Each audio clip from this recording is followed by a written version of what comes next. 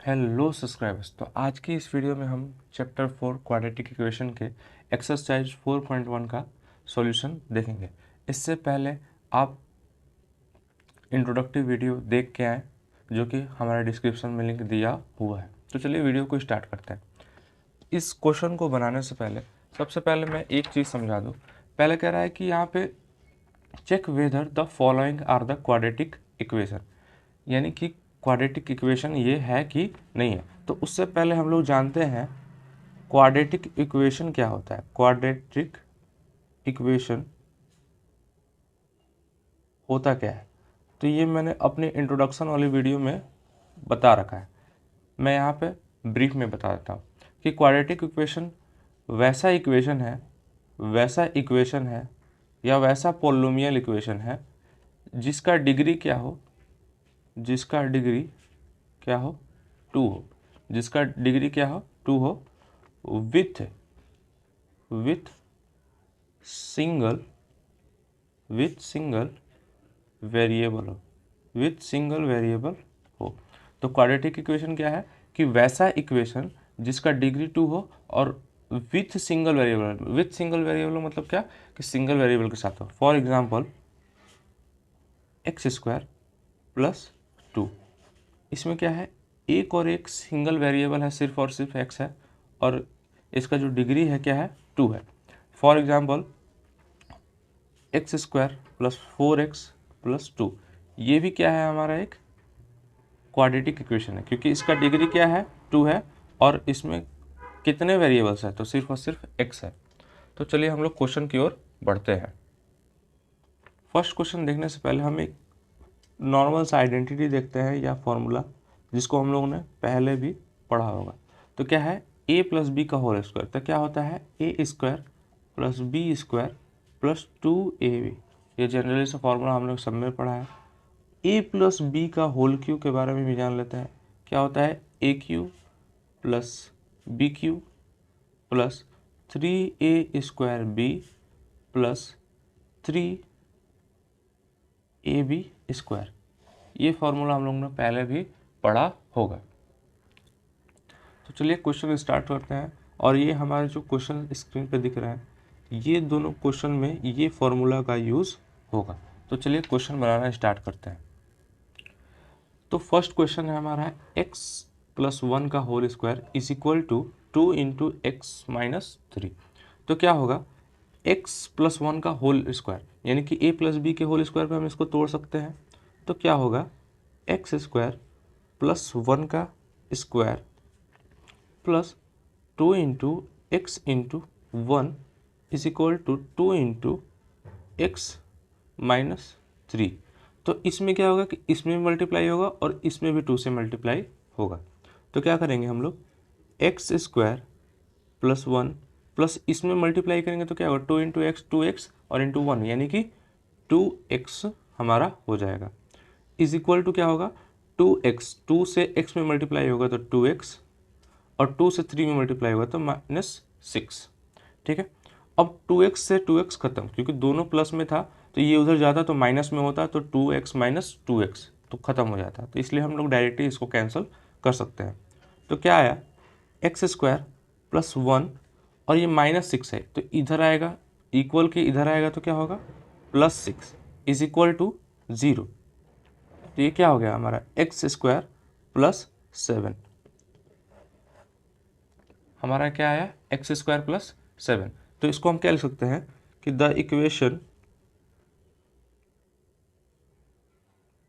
Equation have degree 2 with single variable.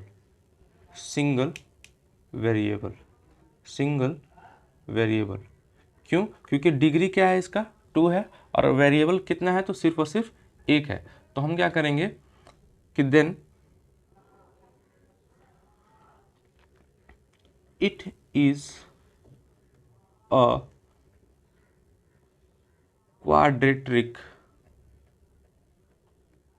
Equation, then it is a quadratic equation, ये हमारा क्या हो गया, एक क्वाड्रेटिक इक्वेशन हो गया। तो चलिए नेक्स्ट क्वेश्चन की तरफ बढ़ते हैं। नेक्स्ट क्वेश्चन हमारा x square minus 2x is equal to -2 into 3 minus x. तो एक्स स्क्वायर वाले टर्म को हम ज्यों कहते हो लिख लेते हैं। अब -2 में 3 से मल्टीप्लाई होगा और -2 में x से भी मल्टीप्लाई होगा, तो क्या हो जाएगा -6, क्योंकि -2 और -3 में जब मल्टीप्लाई होगा तो -6 आएगा। और जब -2 में -x से मल्टीप्लाई होगा तो क्या हो जाएगा +2x। क्यों? क्योंकि माइनस और माइनस प्लस होता है, तो 2 में x से मल्टीप्लाई करेंगे तो +2x आएगा। ठीक है, अब क्या करेंगे, हम इन दोनों को इधर ले आएंगे। तो क्या आया, एक्स स्क्वायर -2x, क्योंकि यहाँ पे ये प्लस में था और इधर गया तो माइनस में, और -6 इक्वल के जब इधर आएगा तो क्या होगा +6 हो जाएगा, इज इक्वल टू 0। क्या आया, x square -4x plus 6 is equal to 0।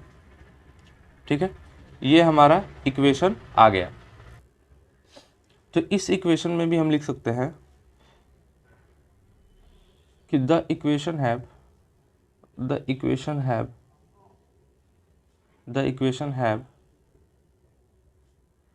Degree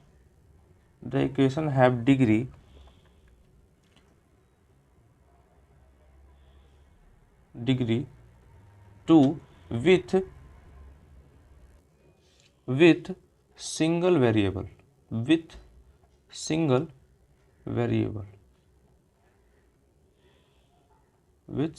variable, क्योंकि इसमें सिर्फ और सिर्फ एक ही वेरिएबल है, x है, और कहीं और वेरिएबल दिख रहा है ABCD और कोई भी वेरिएबल यहाँ पे नहीं है, इसलिए इसको क्या बोलेंगे कि hence it is a quadratic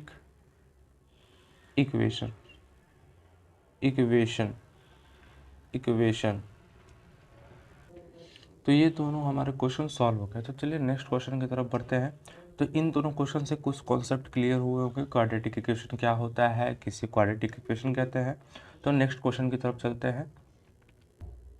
ये रहे हमारे दोनों नेक्स्ट क्वेश्चन।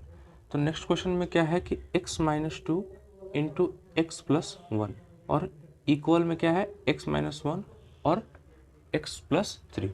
इन दोनों के बीच में कोई साइन नहीं है, तो इसका मतलब क्या होगा कि दोनों मल्टीप्लाई है, दोनों क्या है एक दूसरे के मल्टीप्लाई में, ये ब्रैकेट इस ब्रैकेट के मल्टीप्लाई में है। तो इस ब्रैकेट को हटाने के लिए हम क्या करेंगे, सिंपल सा x को क्या करेंगे इस पूरे ब्रैकेट से मल्टीप्लाई करेंगे और 2 को क्या करेंगे इस पूरे ब्रैकेट से मल्टीप्लाई करेंगे।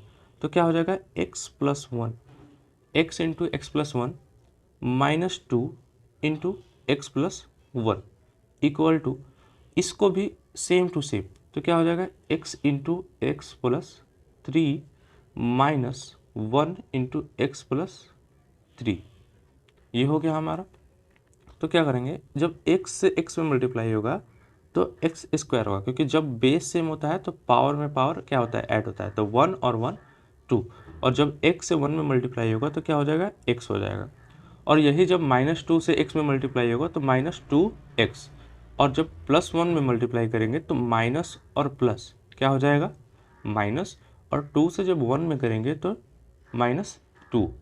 ठीक है, इज इक्वल टू, जब फिर क्या बोला मैंने, जब बेस सेम होता है तो पावर में पावर क्या होता है ऐड होता है, तो जब x में x से मल्टीप्लाई हुआ तो x स्क्वायर हो गया, प्लस जब x से 3 में मल्टीप्लाई होगा तो क्या आ जाएगा 3x आ जाएगा, और माइनस, क्योंकि तो यहाँ पे माइनस है तो ये प्लस वाले को माइनस कर ही देगा।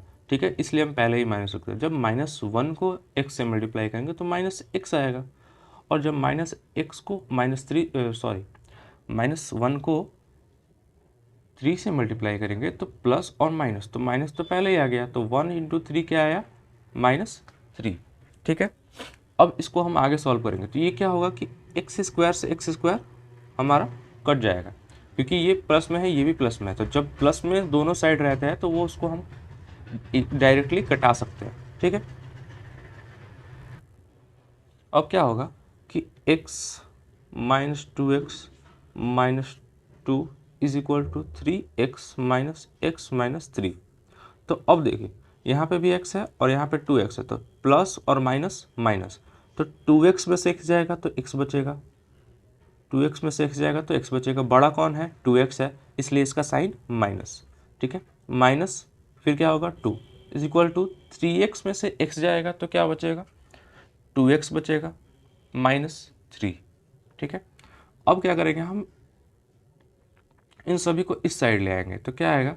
Minus x minus 2। अब देखिए ये प्लस में इधर आएगा तो माइनस माइनस क्या आ जाएगा? 2x, और ये प्लस सॉरी माइनस में है तो ये इक्वल के इधर आएगा तो क्या होगा? +3 होगा इज इक्वल टू 0। तो क्या हो जाएगा कि जब ये माइनस में है ये भी माइनस में है तो क्या होगा? दोनों ऐड होगा तो -3x और फिर क्या? +3 और -2 यानी कि +1, क्योंकि 3 में से 2 माइनस हो जाएगा इज इक्वल टू 0। ये रहा हमारा इक्वेशन। तो ये एक क्वाड्रेटिक इक्वेशन है कि नहीं है? तो ये क्वाड्रेटिक इक्वेशन नहीं है, क्योंकि इसके पास वेरिएबल का जो डिग्री है वो 1 है और हमको डिग्री चाहिए कितना? 2। तो it is not a quadratic equation. It is not a quadratic equation because